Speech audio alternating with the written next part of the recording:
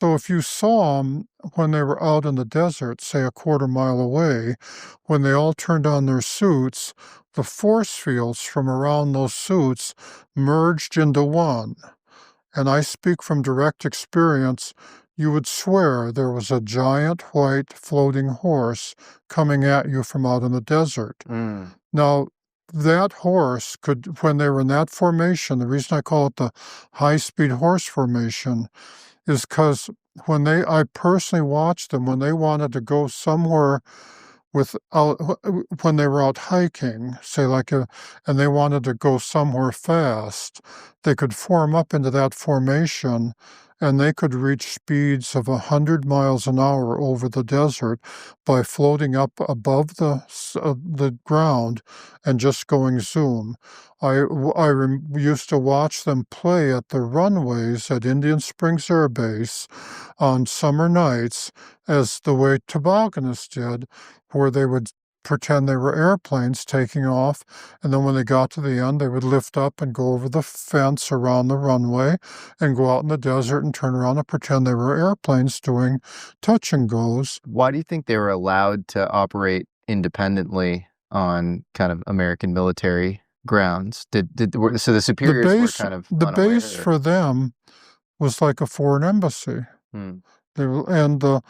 And they've been here since the Ice Age. Do you think it was the nuclear testing that like created some sort of Wheeler Tunnel or something that they traveled through? Or like, why there? Why do you think they set up shop there? I'm certain that the Greys got here first and they were here before the last Ice Age, and that the Tall Whites got here second and they were here by at least the middle of the last Ice Age. And the Norwegians with 24 teeth got here towards the end of the last Ice Age. The Tall Whites have the best technology. The Greys have really good technology. The Norwegians are just barely able to travel in space and make it here. When you look at the bases and where the Tall Whites and the Greys are, you have to look at the way they were in the Ice Age. There's a place out in the deserts that I was in. It's out in one of the most desolate sections of the western deserts that you can imagine. There's a L-shaped valley with desert mountains on both sides, and then there's a valley on the northern side.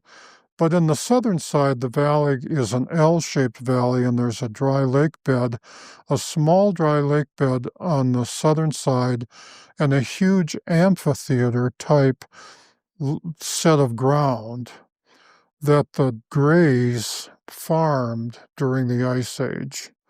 And in the mountain on the west, they'd cut 13 tunnels in the mountain on the west, and they used them as a granary.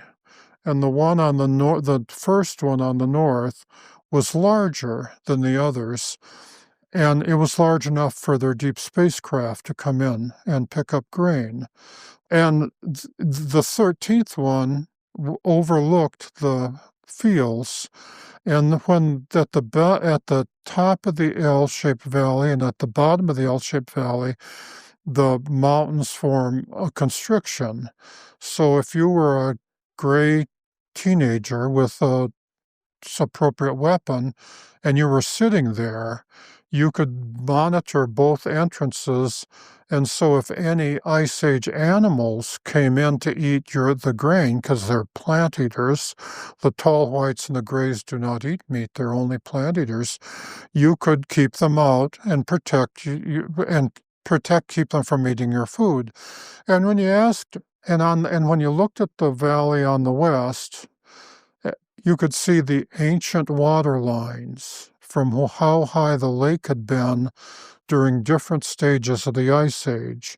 Now, central Nevada was never glaciated.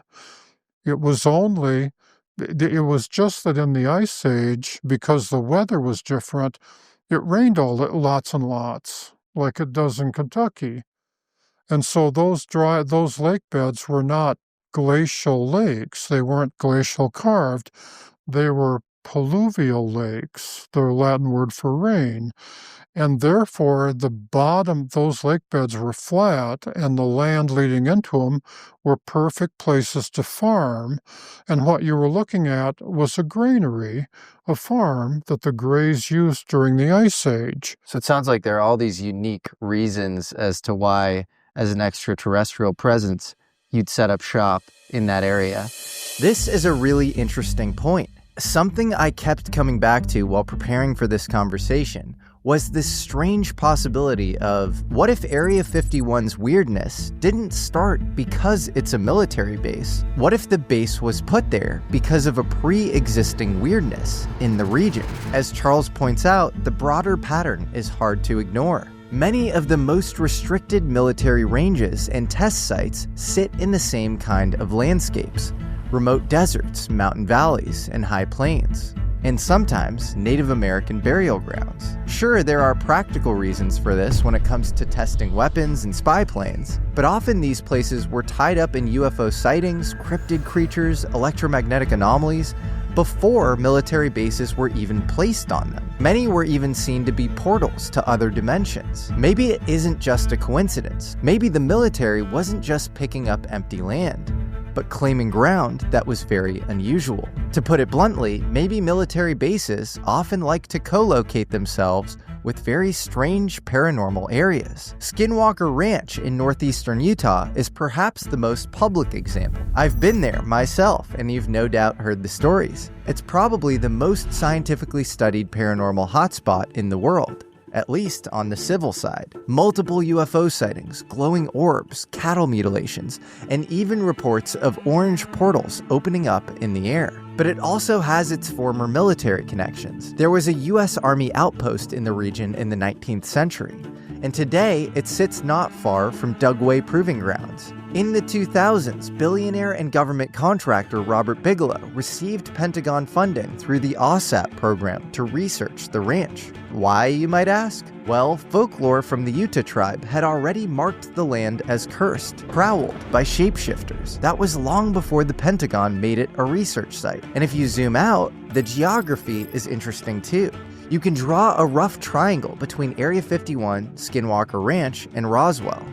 Other paranormal hotspots with co-located military activity exist all over the United States. For example, Sedona, Arizona. Local legends speak of tunnels and gateways hidden in the cliffs, where star people pass through shimmering portals. The Bradshaw Ranch there became famous for UFO sightings, investigated not long ago by Ross Coulthard. Eventually, the site was taken over by the US government, a move that raised some eyebrows. Why seize a random rural property in Arizona unless there was something they felt needed securing? To this day, locals still report black helicopters circling overhead and interference with drones near the area. It fits the pattern. Land fenced off not just for practical reasons, but because of whatever it is said to be in the land itself. Land that seems full of electromagnetic anomalies, and perhaps the same tunnels in land that are occupied by the tall whites. And that brings us back to Nevada. It's easy to forget that Area 51 isn't just one base. It's part of a vast test range anchored by Nellis, swallowing up thousands of square miles of desert. Charles gets into this in just a moment, but the history of how this whole area ended up getting claimed by the government